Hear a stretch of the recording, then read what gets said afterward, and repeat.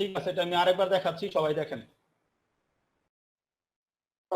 সর্বপ্রথমে এটাকে আবার স্ট্রোকে রাখবো আমরা। স্ট্রোকে রেখে এখান থেকে একটা ইলিপস টুল নিব। ইলিপস টুল নিয়ে এখান থেকে ওয়াল্টার শিপ ধরে এরকম ভাবে একটা ইলিপস টুল নিলাম আমরা বড়। এই ইলিপস টুলটা যখন এরকম থাকবে তখন এটাকে উপরে আমরা control C F. Control C F মানে কি, ডিজাইনের উপরে ডিজাইনটা কপি হয়ে যাবে। তারপর ওয়াল্টার শিপ ধরে আমরা রিংটাকে কি করব, ছোট করে নিব। এই যে ছোট করে নিলাম, এই এতটুকু পরিমাণ আমরা ছোট করে নিলাম। এই রিংটা যখন এরকম সিলেক্ট অবস্থায় থাকবে তখন কন্ট্রোল সি এফ দিয়ে এটাকে আবার কপি করব। কপি করে এই এক পাশে মাউসটা রাখবো, তারপর শিফট ধরবো বাম হাত দিয়ে, চাপ দিয়ে শিফট ধরে আমরা এটাকে টান দিয়ে এই রিং এর উপরে এনে বসায় দিব। এই যে বসায় দিলাম। যখন এটা এই পাশে আসে পড়বে তারপরে কি করব, আবার এই রিংটাকে সিলেক্ট করব, শুধু এই রিংটাকে একটাকে, শুধু এটাকে দিয়ে আমরা গোল্ডেন রেশিও করব চারদিকে। আবার এটাকে কন্ট্রোল সি এফ, ডিজাইনের উপরে ডিজাইনটা কি করলাম, কপি করলাম। কপি করে আবার কি করব, এখান থেকে এই পাশে নিয়ে রাখবো, রেখে শিফট ধরে আবার এটাকে টান দিব, টান দিয়ে আবার এই রিং এর নিয়ে ছেড়ে দিব। যখন এরকম দুই সাইড হয়ে গেল তখন এই আবার কি করব, এই মাঝখানেরটাকে আবার সিলেক্ট করব, এইভাবে চারদিক ঘুরাবো, কন্ট্রোল সি এফ দিয়ে আবার কি শিফট ধরে টান দিয়ে এই পাশে নিয়ে যাব। এটা দিয়ে হাজার হাজার রকমের কাজ ডিজাইন করা যায়, লোগো করা লাগবে লাইফে অনেক। Control C F.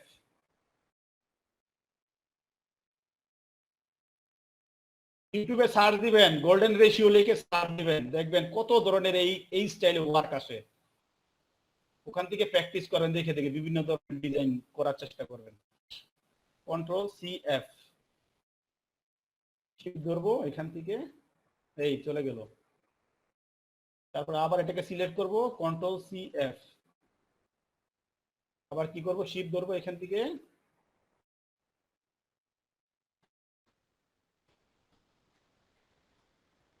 এই যে পর্যন্ত এনে আমরা ছেড়ে দিব।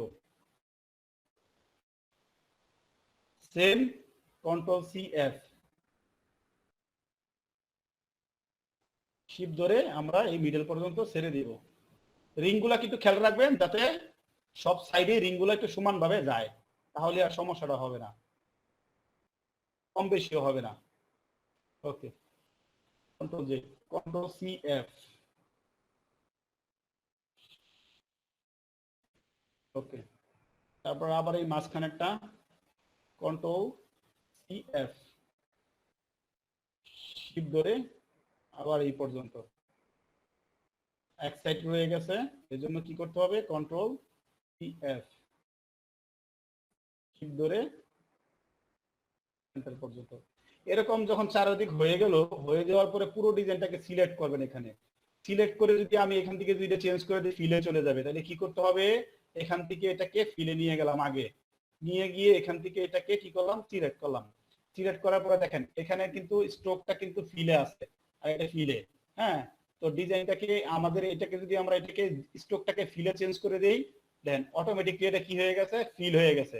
কিন্তু আমাদের এখানে কি করতে হবে, ডিজাইন থাকতে হবে স্ট্রোক, কিন্তু এখানে যাইতে হবে, এটা যাইতে হবে ফিলে। ডিজাইনে থাকতে হবে স্ট্রোক আর এখানে থাকতে হবে ফিলে, তাহলে আপনার হচ্ছে কাজ করবে, না হলে কাজ করবে না। তো এটাকে সিলেক্ট করে যখন আমরা এখানে আপনার হচ্ছে শিপ বিল্ডার টুল সিলেক্ট করলাম, সিলেক্ট করার পরে এখান থেকে যখন এটাকে ঘুরিয়ে দিলাম এভাবে, তখন মনে করেন অটোমেটিকলি এটা স্ট্রোকে থাকতো কিন্তু চলে গেল ফিলে। শিপ বিল্ডার টুলটা সিলেক্ট করে তারপরে আপনি কি করবেন, ডিজাইনটা সিলেক্ট করবেন, তারপরে শিপ বিল্ডার টুল সিলেক্ট করে আপনি স্ট্রোকটার ফিলে ঘুরাবেন, তখন আর কালার চেঞ্জ হবে না। এখানেই হচ্ছে আর অন্য কোনো জায়গা নেই। আমি এখান থেকে কি করব, কালার একটা চেঞ্জ করে নিব, এই কালার চেঞ্জ করে নিব, নিয়ে যদি আমি শিপ ধরি বাম হাত দিয়ে আর যে জায়গাটা ক্লিক করব ওই জায়গাটাও অটোমেটিক কালার দিবে। এই যে অটোমেটিকলিও কালার দিয়ে দিয়েছে।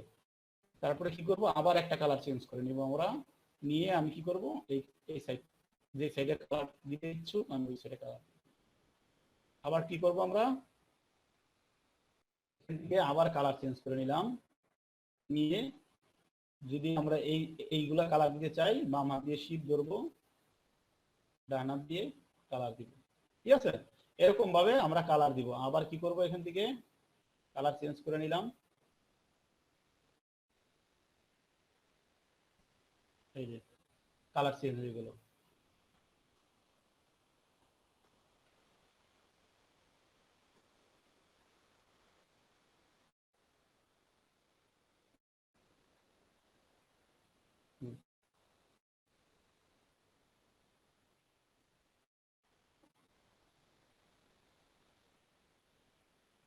বাম হাত দিয়ে শিপ ধরে চাপ দিয়ে রাখতে হবে, আর ডান হাত দিয়ে কালার দিতে হবে।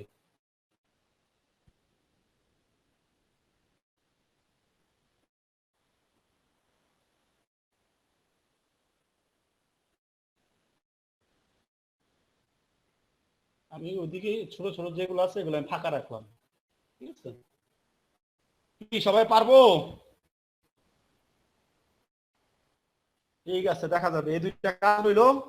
ওই রিভলভের কাজটা যদি কেউ পারেন কইরেন, করে ভিডিও করে গ্রুপে দিয়ে দিন। আর যদি না পারেন তাহলে আমি আজকে সারা রাত্রে কোনো 3D কাজ করবো না, কাজও করবো না, একবার রাত্রে আপনাদের আবার এই রিভলভের কাজটা ওয়ার্কটা দেখাই দেবো, ঠিক আছে?